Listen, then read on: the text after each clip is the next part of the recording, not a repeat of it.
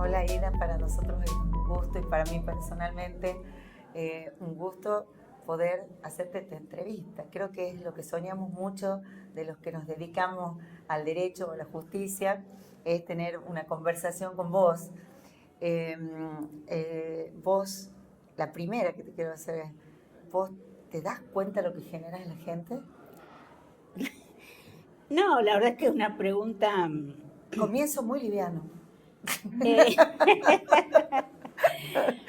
no, yo entiendo que después de la entrada en vigencia del Código Civil y Comercial, gracias a juezas como vos y como gente que nos dio tanto apoyo, bueno, ha habido un antes y un después respecto del conocimiento que la gente tiene de nosotros. O sea que todo esto yo se lo atribuyo al Código Civil y No, yo te Comercial, digo que sí. sos muy humilde.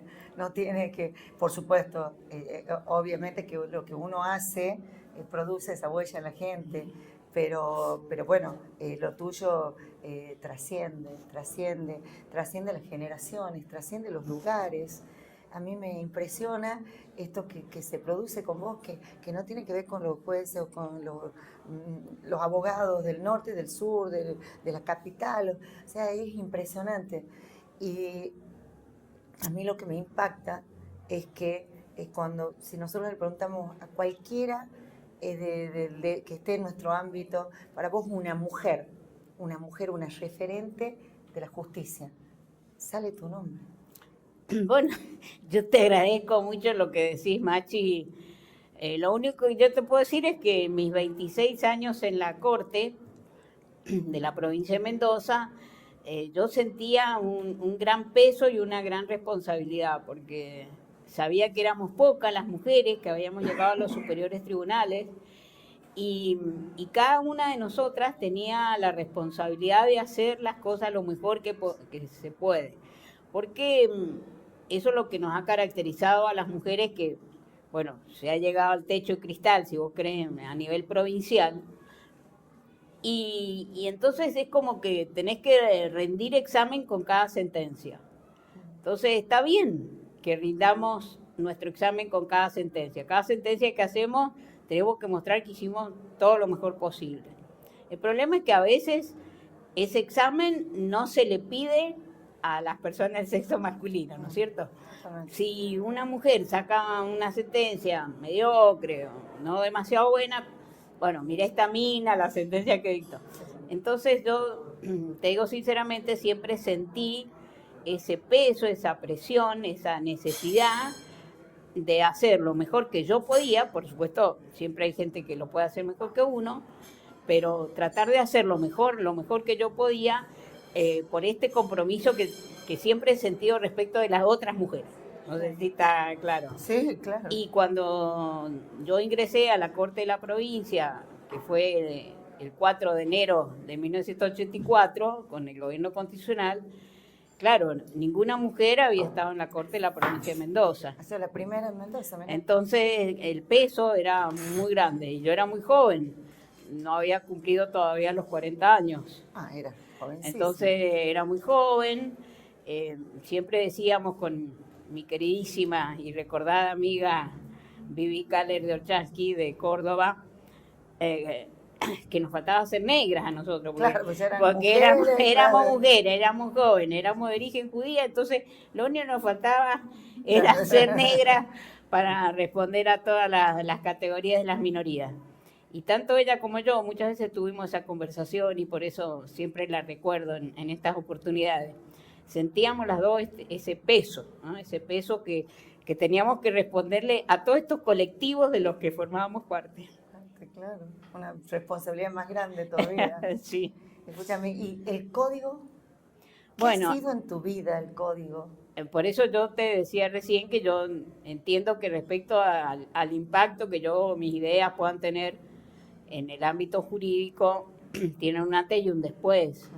Porque yo he dado otras batallas que no fueron las del código y esas, bueno, me han hecho a lo mejor ser conocida en otros ámbitos, como la batalla por la interrupción del embarazo, la batalla por el matrimonio igualitario. Son todas batallas que tuvieron un impacto, digamos, más en poblaciones que no pertenecen al ámbito jurídico. Pero esas batallas creaban amigos y enemigos, o sea, creaban profundas diferencias. Y hoy con los medios masivos de comunicación y las redes, entonces se advierte mucho eso, porque cuando no están de acuerdo con vos en esos puntos sensibles de la sociedad, entonces, bueno, te dicen de todo, vos no sabés quién te lo dice, ellos sí saben a quién se lo dicen, pero uno no sabe a quién te lo dice. Entonces, bueno, han sido batallas que han vivido y afortunadamente no me he equivocado. Escúchame, ¿has perdido batallas? Bueno, sí, he perdido también. Claro que se pierden batallas. El tema que hoy hemos hablado, la justicia restaurativa. Yo quise establecer la justicia restaurativa cuando era jueza de la Corte de Mendoza. Se perdió la batalla. Sí, todavía no se puede. No pudimos llevarla adelante. Ahí en la vida se gana y se pierde. Sí, lo que pasa es que en términos de batalla y batallas que uno da en materia judicial, bueno, vos, el código y la reforma del código durante mucho tiempo se ha perdido. O sea, esa batalla durante mucho tiempo se ha intentado reformar el código, unificar el código, y después de cuántos años se ha logrado la unificación del código. Yo trabajé en 3 proyectos. Bueno, hasta que por fin se dio. Claro, salió. ¿Y por qué ha salido? ¿Qué opinas? Mira, Napoleón decía que que un código es el producto del poder político. O sea, hubo un momento que hubo poder político para dictar. Y por eso salió. Claro, no había voluntad política. Es un acto de poder, decía Napoleón. Y es verdad. Fíjate que el código estuvo paralizado en el Congreso, casi un año, su tratamiento. Y bueno, alguien debe haber dado la voz de Aura diciendo, se levanta la prohibición y venga. Venga, claro. ¿Y qué pensás? Bueno, la justicia antes y después del código. Yo pienso que la justicia civil en general y sobre todo la justicia de familia, hay un antes y un después del código. Es una justicia como la hemos querido, más del caso, menos abstracciones y más del caso. Los que han entendido el mensaje y son los más, pienso yo que es una justicia que se acerca más a las necesidades del litigante, no a las abstracciones. Y eso creo que es muy importante. Y otra cosa, por eso es que yo en la facultad siempre les digo a los alumnos el tema de los fundamentos, los aspectos valorativos del código. Qué gran acierto en nuestro Código Civil y Comercial que ustedes hayan hecho toda esa declaración de principios. Claro, ese título preliminar, ese título preliminar que es tan importante, bueno, ese título preliminar en realidad es, no digo exclusivo, pero obra en un porcentaje muy mayoritario del doctor Ricardo Lorenzetti. Esta era una idea que él tenía y estaba en sus libros y bueno, los demás hemos puesto algo, pero el porcentaje es insignificante al lado de este título preliminar, sí, es obra del doctor Lorenzetti. Yo me he conmovido mucho en tu honoris causa, cuando ha hablado Lorenzetti de vos. Calculo, si yo me he conmovido, me imagino lo que debe haber implicado para vos en ese día, porque quienes tienen la oportunidad o tengan la oportunidad de verlo, él ha dicho que ella merecía estar en la corte, que es algo que muchos de nosotros opinamos. Pero me ha parecido, primero, un acto de un gran reconocimiento a vos y de mucha generosidad, porque he dicho, creo que a ella debería haber estado a la corte, una cosa así. Me pareció fuertísimo eso. El acto, el honoris causa en Buenos Aires fue un acto muy importante, tremendo. Significó mucho para mí. Sí, por supuesto, por supuesto. Sí, sí. Porque he tenido, en fin, la satisfacción de haber recibido doctorado honoris causa incluso en el extranjero, la Universidad de París 12, la Universidad de Montpellier, que fue un acto precioso también, con música de Piazzolla y bueno. Pero, claro, en Buenos Aires había mucha gente de todo el país, sí. Ese acto, ese salón tan lleno. Y todo el mundo te acompañaba. Aparte de lo que ha dicho la gente de vos, ha sido, la verdad que muy, muy emotivo todo. O sea, todo, no solo el acto, sino el post-acto, el after. Ha estado bárbaro. Escúchame, ¿desde cuándo sos docente? Bueno, mira, yo ingresé a la docencia apenas me recibí, nunca me voy a olvidar. Apenas yo me recibí en una universidad privada, porque en esa época en Mendoza no había universidad pública de Derecho, Facultad de Derecho. Entonces, cuando me recibí en esa universidad, era un grupo muy pequeño. ¿Había muchas mujeres? No, pero el grupo era pequeño y muy unido. O sea, competíamos mucho entre nosotros por las notas, en fin, lo de siempre. Pero era un grupo muy unido donde se hicieron amistades muy profundas. Y cuando terminé, entonces, bueno, fui a la facultad a hablar con quien era el secretario en esa época, que era, imagínate, le decían el perro, así que claro. imagina lo que era. Y entonces le digo, mira, me gustaría escribirme alguna cátedra para seguir estudiando. Y lo que nunca me imaginé es que el secretario me dice, usted tiene que ir a la cátedra de obligaciones. O sea que estamos en la misma línea. ¿No? Marisa iba a contrato, que es mi primer amor, Claro. Obligaciones es mi segundo amor. O sea, yo estaba en las dos, en obligaciones y en contrato. Claro, y en Qué obligaciones lindo. el profesor era un profesor muy exigente, era un hombre, en fin, en esa época no habían mujeres en la cátedra ni nada. Y bueno, había escrito algunos libros, fue un hombre muy importante para Mendoza, un gran abogado, se llamaba Hernán Cortés, pero no tenía nada que ver con aquel. No. Pero era un hombre, como te digo, difícil así en las relaciones. Entonces cuando el secretario me dice, usted tiene que ir a esa cátedra, claro, yo me quedé ahí. Pero siempre le estaré agradecida, porque realmente ahí fue la columna vertebral que tuve que estudiar, y bueno, y ahí empezó mi amor por la responsabilidad civil y todo eso.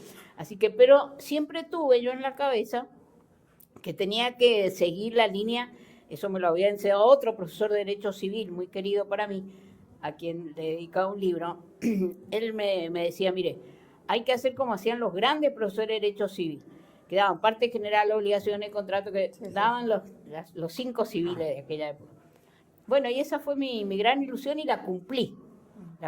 Yo empecé por ahí por obligaciones, pero di contratos, di reales, di familia, di sucesiones, y me faltaba parte general, y ahí fue donde fui a dar clases de ciencias económicas. Y entonces en ciencia económica se estudiaba ese material que había donde había de todo, y ahí di parte general también.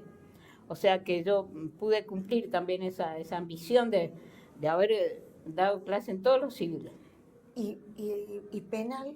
Porque justicia restaurativa, o sea, ya me mareas, digamos. No, esto de todos penal, los civiles, ¿y cuándo empezamos con penal? Esto de penal, la verdad se lo debo a Marilyn Fontemaki, esto de la justicia restaurativa. Porque un día viene Marilyn y me dice, mire, he invitado a un juez canadiense, así. Bueno, fui a escucharlo me pareció muy interesante todo lo que decía el juez.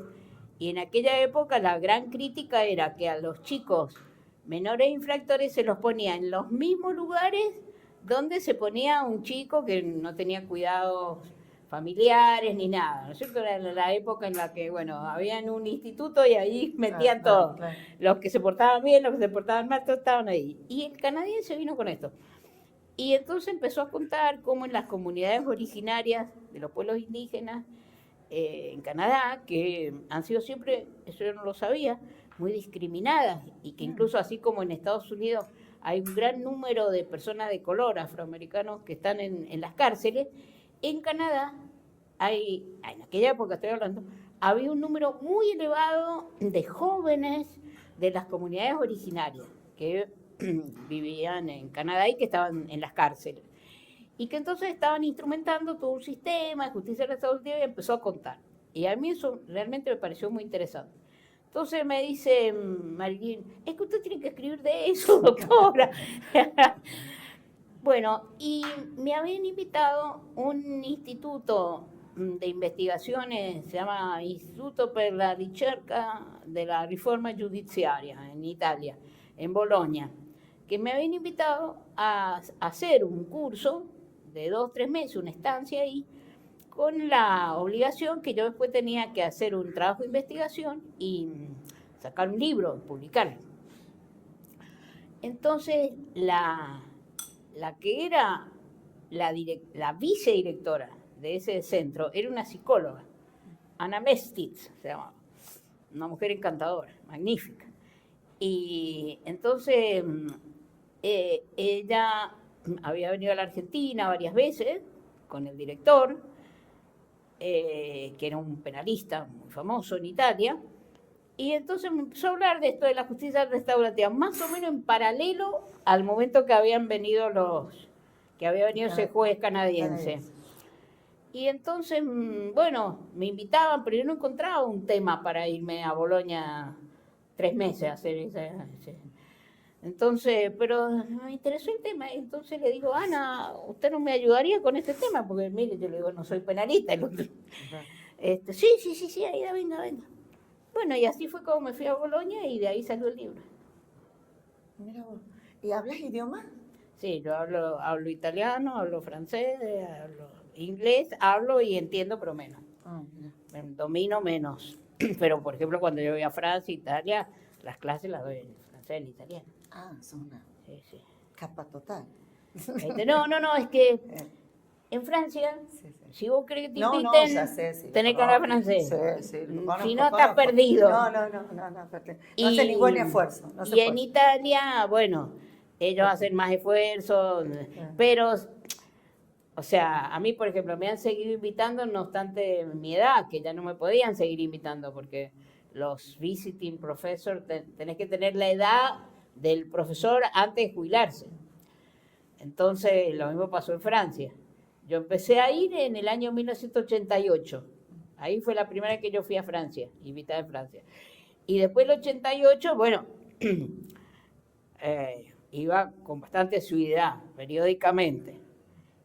Francia me abrió las puertas de Italia, porque un profesor italiano que te ve en el currículum, ¿te dio clase en Francia? Claro. O sea que a mí el francés me abrió muchas puertas y estoy siempre reconocida a esa lengua.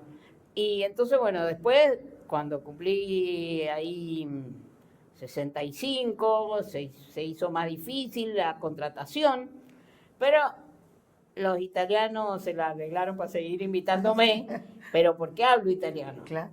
¿Entendés? Si no... No sería tan generosa. No. Tenés que hablar la lengua. Yo a los chicos siempre les digo, hay que hablar lenguas extranjeras. Y por supuesto, bueno, sería muchísimo mejor si hablara mejor el inglés, pero también... Te la busca, diríamos nosotros. Sí. Escúchame, Lola Mora. Mi amor por Lola Mora. Claro, lo sé, pero quiero que lo sepa la gente. Bueno, vos sabés que a mí me gusta mucho el arte en general. Sí. Estabas copada entonces ahora con lo que hemos hecho. Sí, que había de todo ahí, un montón de manifestaciones. Bueno, yo mientras estuve en la universidad hacía teatro también.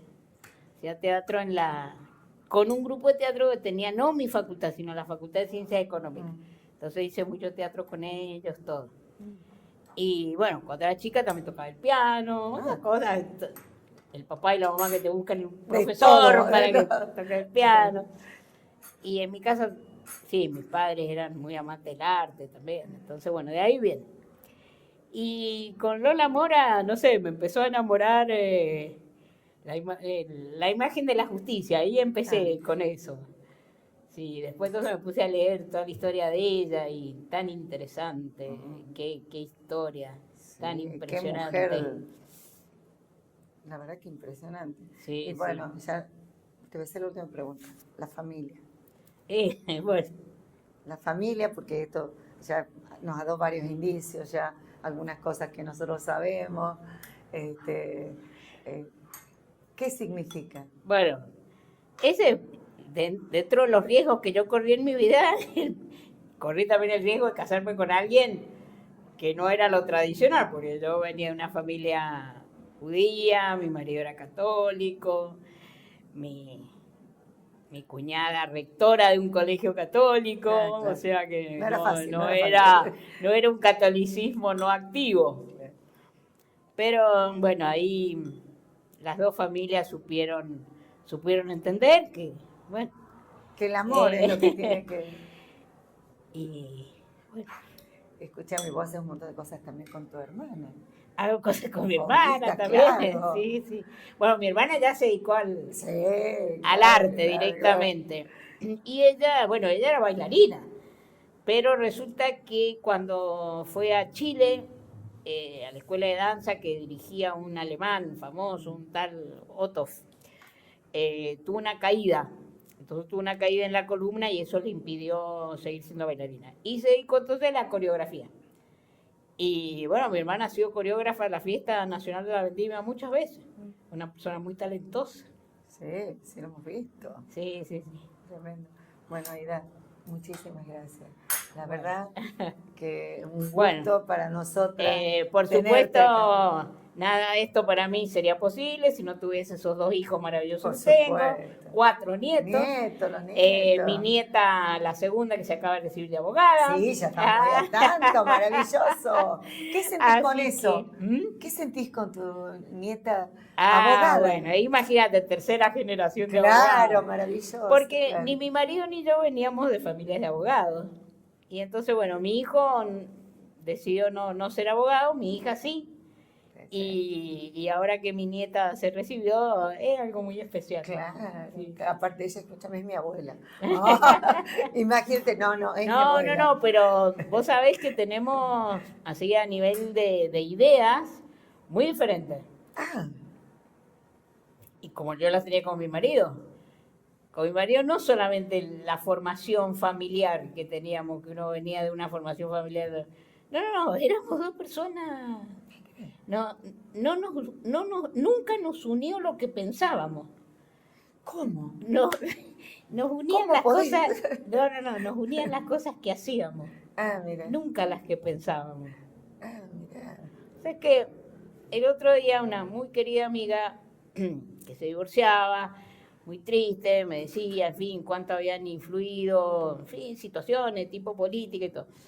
Y yo me puse a pensar, ¿no? En mi situación particular. Y entonces yo le decía, ¿sabes lo que pasa conmigo? Nedo y yo nunca pensamos lo mismo de nada. Teníamos, a nivel ideológico, éramos dos personas completamente diferentes. Desde la facultad, te diría.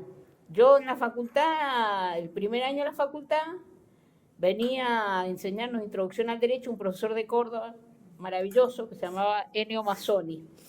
Y era un kelseniano, pero puro. Y yo era una kelseniana con él. Bueno, y mi marido era un aristotélico tomista. Ah, claro. Yo sería tu marido, Claro. te digo. Entonces, desde ahí empezamos. Y entonces, cuando razonaba con esta amiga que se había divorciado, entonces yo le decía, ¿sabes lo que pasa? A nosotros nos unían las cosas que hacíamos. Los viajes que disfrutábamos, el trabajo que hacíamos. Si él ganaba un juicio, me alegría. Si me daban un honoris causa, me la alegría de él. O sea, esa biblioteca que él formó para mí. Entonces era el hacer, no la abstracción de la idea. No, además la generosidad, creo que eso sostiene el amor, digamos, sostiene la convivencia y todo. Cuando Claro, pero ¿sabes lo que pasa? Que querer a alguien que piense igual que vos, es fácil, eso es fácil. Es fácil.